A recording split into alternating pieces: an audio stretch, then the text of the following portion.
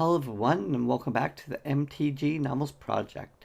The MTG Novels Project is available both on YouTube and as a podcast version.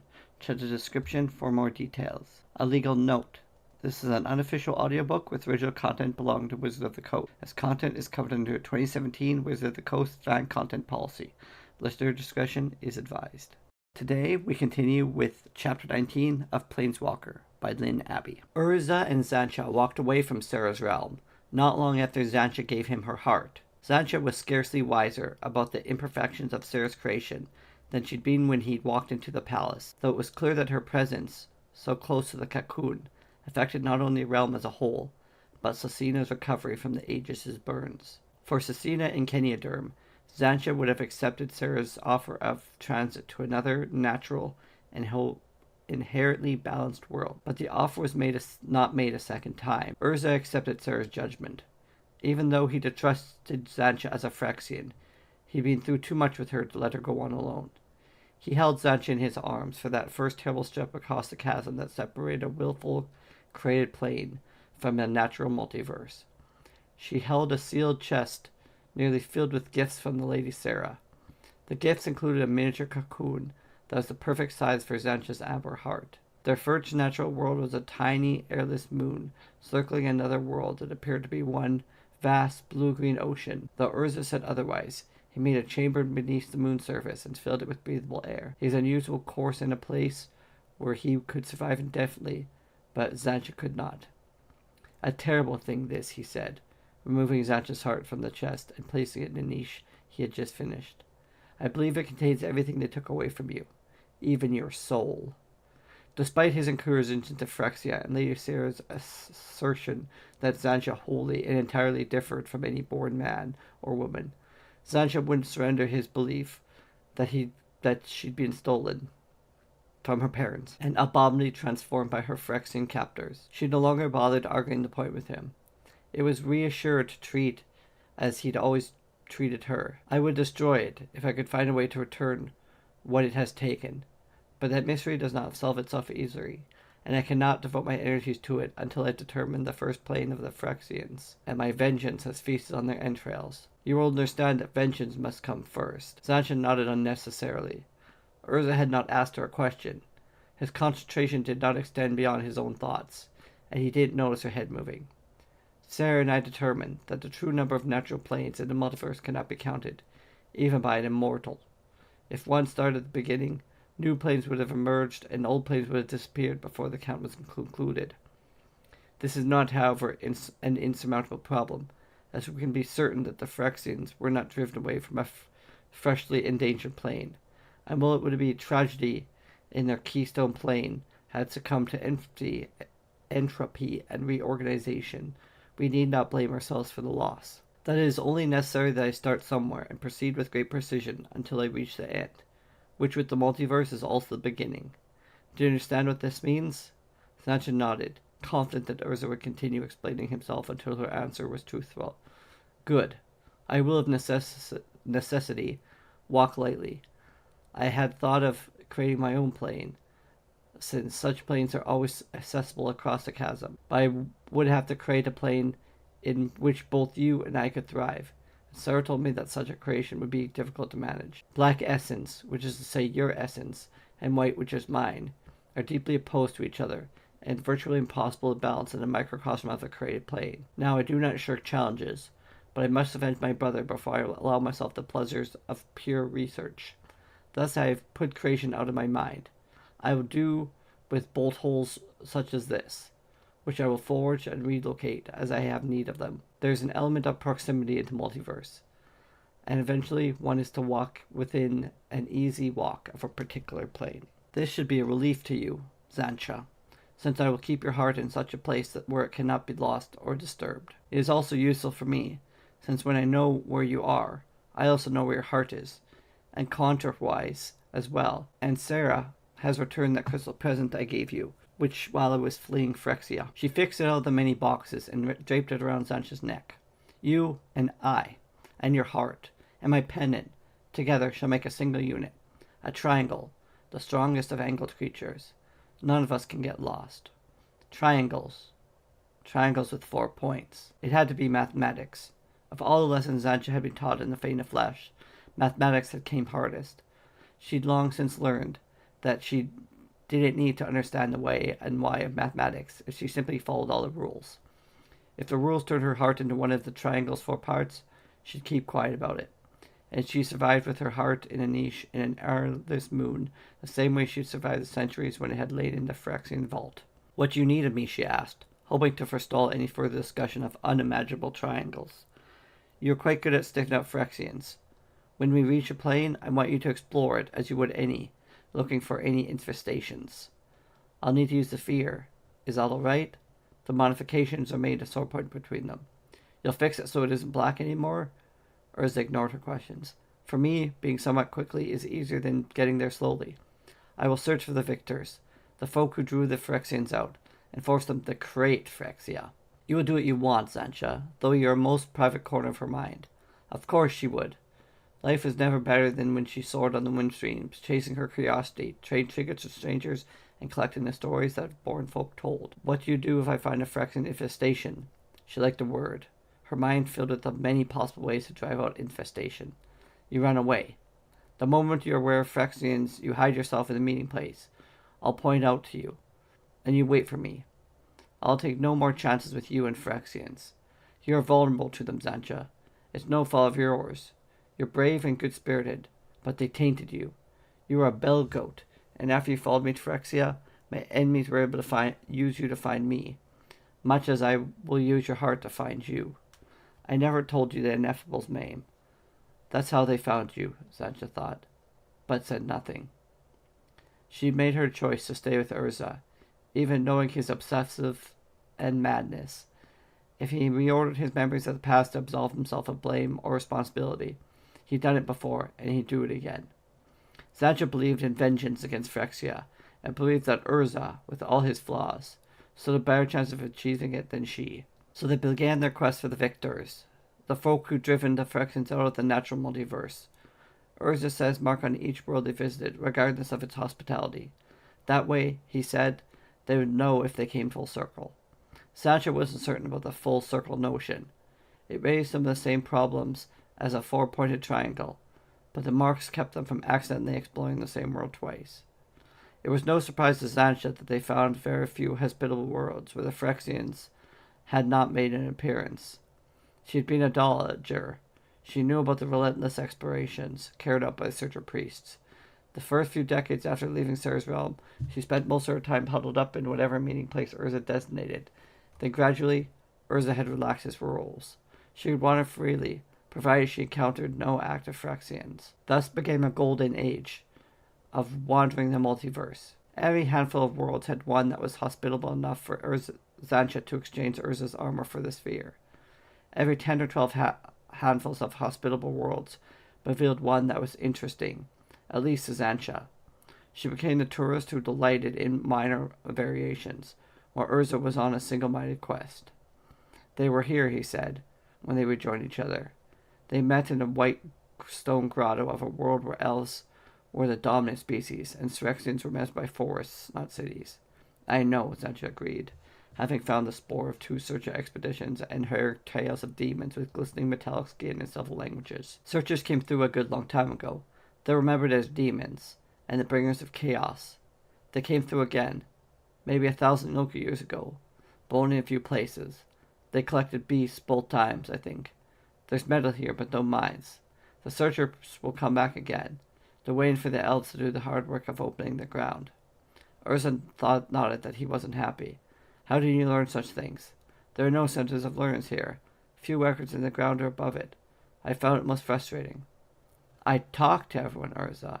I traded with them, she explained, handing Urza a sack full of trinkets and treasure, her profits from 3 seasons wandering. He'd taken him to the bolt hole, where he kept her heart. Everyone has a story. A story, Zancha? What I want is the truth. The hardest truth. She squared her shoulders. The truth is this is not the victor's world. And I could have told you that before the sun set twice. And how could you have done that? No one here knows a word for war. Urza stiffened. A Planeswalker didn't have to listen into it with his ears. He could skim thought and mean directly off the surface of another mind, and drink down a new language like water. As a result, Urza seldom paid attention to the actual world he heard, or she spoke. He handled poorly, surprise, embarrassment, worse. He had stopped breathing, and his eyes shed their mortal illusion. I've encountered a new world, he snapped after a pensive moment. Equilor. His lips didn't move. Zedja didn't believe him, although Equilor wasn't a word that she remembered hearing on this or any other word. Is this a name? She said cautiously. An old name. The oldest name. The furthest plane. It belongs to a plane on the edge of time. Another world, like Phyrexia or Sarah's realms? No, I think not. I hope not. She'd wager, if she'd ever been the wagering sort, that Urza hadn't learned of Ecuador from the elves, but had heard of it years ago, and forgotten it until just now, when she challenged him. They set out at once, with no more preparation than Urza made for any other in-between world journey. He explained that preparation, and especially directions, weren't important. Walking the between worlds wasn't like walking down a path. There's no north or south, left or right, only the black-brown glow of all the planets that were, and rising out of the glow. A sense of those planets that a walker could reach in a single stride. By choosing the faintest of the rising planets at each step, Urza insisted in time to arrive at Equilor, the plane on the edge of time. Sancha could imagine a place where direction didn't matter. But then, for her, the between worlds remained as hostile as it had always been. Urza dragged her through it. For her, the in-between worlds was a changeless place, a paradox and sheer terror. At first, the only evidence she had that Urza was doing anything different was indirect. Her armor crumbled the instant Urza released her, in the air of the next new world. There was breathable air in each new world they walked to, as if he'd at last given up the notion that the Phyrexians could have begun in a world without air, and Urza himself was exhausted when they arrived. He would go to the ground and sleep as much as a local year when she explored. There were some 30 worlds beyond the elven forest world when Urza announced, as Sancha shook herself free of flanking armor. Here, you don't need to look for Phyrexians. Here we will find others of my kind. Urza didn't mean that he'd brought her to Dominaria. Every so often he journeyed alone to the brink of his birth world, to assume himself that it remained safe from the shard they discovered long ago. Urza meant, instead, that he'd broken an age-old habit and set them down on a plane where other walkers congregated. He'd never insinuated that he was unique, at least as far as walking between worlds. Sir was a walker, and so Sancha suspected had been the ineffable. But Urza had avoided other walkers until they came to an abandoned world he called Gastal. Be wary, he warned Sancha. I do not trust them. Without a plane to bind them, walkers forget what they are. They become predators unless they go mad. Knowing Urza fell in the latter category, Sancha stayed carefully in his shadow as they approached a small, fanciful, and entirely illusionary pavilion, standing by itself on the barren twilight plain. But the 3 men and 2 women they met there seemed unthreatening. They knew Urza, or knew of him, and welcomed him as a prodigal brother, though Sancha couldn't actually follow their conversation. Planeswalkers conversed directly in one another's mind. But Urza was not the only planeswalker who tempered his solidarity with a more ordinary companion. Outside the pavilion, Sancha met 2 other women, one of them a blind dwarf who braved the worlds between on the walker's arm. Throughout the balmy night, the 3 of them sought a common language, through which to share experiences and advice. By dawn they made progress in a Creole that was a mix mostly from Elvish dialects with 100 or more worlds. Sancha had just pieced together that Faratsu, a dwarf, had heard of Phyrexia when Urza emerged to say it was time to move on. Sancha rose reluctantly. Valshu said that she and Manatar-Kwe had crossed swords with folk made from flesh and metal. Worlds fair as the second sun, yellow-green in color, loomed suddenly high overhead. The air exploded as it hurtled towards them. Sancha had the wit to be frightened, but hadn't begun to guess why or to yawn Urza's arm for the assist. When a pavilion burst into screaming flames and Urza seized her against the chest, he pulled her between worlds. Without an armor to protect her, she was bleeding and gasping when they re-emerged. Urza laid her down on the ground, then cradled her face in her hands. "Don't go," he whispered. It seemed an incongruous request. Zanja wasn't about to go anywhere. The Between Worlds had battered her to exhaustion. Her body seemed to have already fallen asleep. She wanted only to close her eyes and join it. "No!" Urza pinched her cheek. "Stay awake. Stay with me." Power like fire, or countless sharp needles swirled around her. Zanja fought feebly to escape the pain. She pleaded with him to release her. "Live," he shouted. "I won't let you die now." Death would have been preferable to the torture flowing from Urza's fingers, but Zanja had stretched to resist his will. Mote by mote he healed her, and dragged her back from the brink. "Sleep now, if you wish." His hand passed over her eyes. For an instant there was darkness and oblivion. Then there was light, and Zanja was herself again. She exhaled a pent-up breath and sat up. "I don't know what came over me." "Death," Urza said calmly. "I nearly lost you." She remembered the yellow-green sun. "We must go back." "Fortescue, Manantarquai." Cross-shouldered the Phyrexians, yes. Manantarquai was the pavilion. She died on Gastal. A shudder raced down Zanja's spine. There's more than Urza was saying. "How long ago?" "In a time of this plane, nearly 2 years." Zanja knows her surroundings. A bare-walled chamber with a window but not a door. She knows herself. Her skin was white. It cracked and flaked when she moved, as if her armor clung to her dead layers around her. Her hair, which she'd always hacked about 2 inches around her face, hung below her shoulders. 2 years, she repeated, needing to say the words herself to keep them true in her mind. "Long years." "Very long," Urza assured her. "I've recovered. I never doubted you would, if I stayed beside you. You'd be hungry soon. I'll get you food now. Tomorrow or the next days, we'll move on toward Equilor." Already Zanja felt her stunning churning to life. After 2 empty years, food would be nice. But there's another question. At Gastal, Manatark. He said she was a pavilion. Did you mean she was a Phyrexian, and that you slew her? "No. Manatark was a walker like myself, but much younger. I have no presented idea why she put herself as an object. I didn't ask. It was her choice. Perhaps she hopes to hide from her enemies. Phyrexians, other planeswalkers. I told you, we, can become predatory, especially toward the newly sparked. I was nearly taken myself in the beginning. Meshuvel was her name. She was no threat to me. Her eyes revealed no other walker can see. Until Sarah, I devoted my own kind. They had no part to play in my quest for vengeance. I've been thinking about walkers since leaving Sarah's realm. I thought I might need someone more like myself, but they died. Manaktark died. I suspect the others escaped unharmed, as I did. They prey on the young and the mortal, because a mature walker is no easy target. But I'd made up my mind almost from the start. I don't need another walker. I need you. To finally realize that, and then feel you will die soon after, it was almost enough to make me worship the fickle gods. Zanja imagined Urza on his knees or in a temple. He closed her eyes and laughed. He was gone when she reopened them. It was too stiff yet to climb out through the window.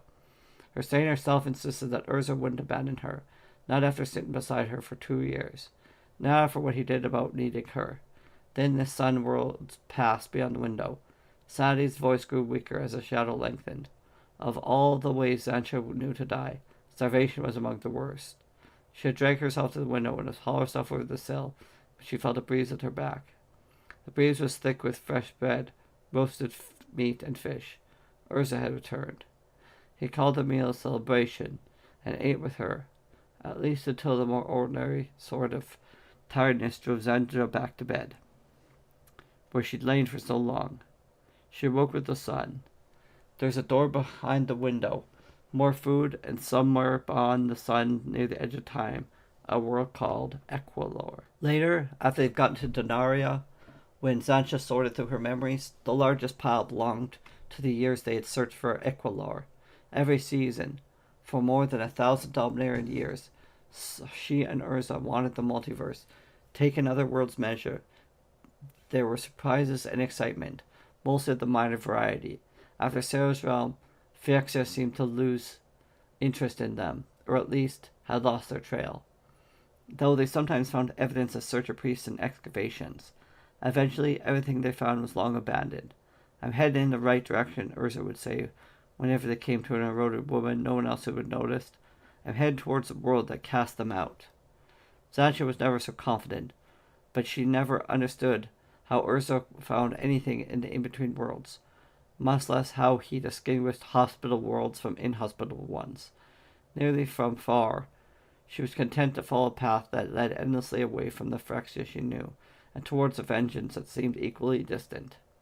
Until the day when they came to a quiet twilight world, the edge of time itself, Urza said he was released Zancha's wrists. She shed her armor, and filled her lungs with the air that was unlike any other. Old, she said after a few moments. It's as if everything finished, not dead, just done growing and changing. Even the mountains are smoothed down, like they've been standing too long, but nothing came to replace them. She gestured towards the great, dark lump that dominated the landscape, like a risen loaf of bread. Somehow, I expected an edge to have sharp angles. Urza nodded. I expected a plane where everything had been put to use, not like this, neglected and left fallow. Yet, not completely fallow. As twilight deepened, lights winked open near the solitary mountain. There's a road, too. A ribbon of worn gray stones, cut in chevrons, and fitted so perfectly that not a blade of grass grew between them. Urza insisted that he had no advanced idea of what a plain was like, no way at all to selecting the exact place where his feet would touch the ground. Yet more often than not, he walked out between worlds in sight of road and town. They began to travel down the road. A carpet of bats took flight from the mountains, passing directly over their heads. When their shrill chirp had subsided, other noises punctuated the night. Howls, growls, and a bird with a sweet yet mournful song. Stars appeared, unfamiliar of course, and scattered sparsely across the sky. No moon outshone them, but it was the nature of moons to produce moonless nights now and again. What surprised Sancho was the scarcity of stars. If his time were stars, and the black sky were itself the edge of time. A strange place, Sancho decided as they strolled down the road. Not ominous or inhospitable, but filled with secrets. So as long as you're wondering, as long as you're one of them, this is Phyrexia. I would care about the rest. The light came from the cobweb globes hovering about the road, and 70 graceful hosts of unfortified town. Urza found himself into the air examining them, and reported solemnly that he had not a clue to their construction or operation. They simply are, he said, and my instinct is to leave them alone. Sancho smiled to herself. If that was Urza's instinct, then whatever the globes were, they weren't simple. A man came out to meet them. He appeared ordinary enough, though Sancho understood how deceptive an ordinary appearance could be, and it bothered her that she hadn't noticed him, leave any one of the nearby houses hadn't noticed any one at all, until he was some 50 paces ahead, and walked towards them. He wore a knee-length robe over his loose trousers, both woven from a pale, lightweight fiber that rippled as he moved and sparkled, as if it were shot with silver. His hat and beard were dark auburn in the glow of light, and nearly trimmed. A few wrinkles creased the outer corners of his eyes. Sancho placed him in the prime of mortal life, but she'd place Urza there too. "Welcome, Urza," the stranger said. "Welcome to Equilor. We've been waiting for you." That was Chapter 19 of Planeswalker. Please like, subscribe, and follow on YouTube or on your chosen podcast platform. Thanks for listening.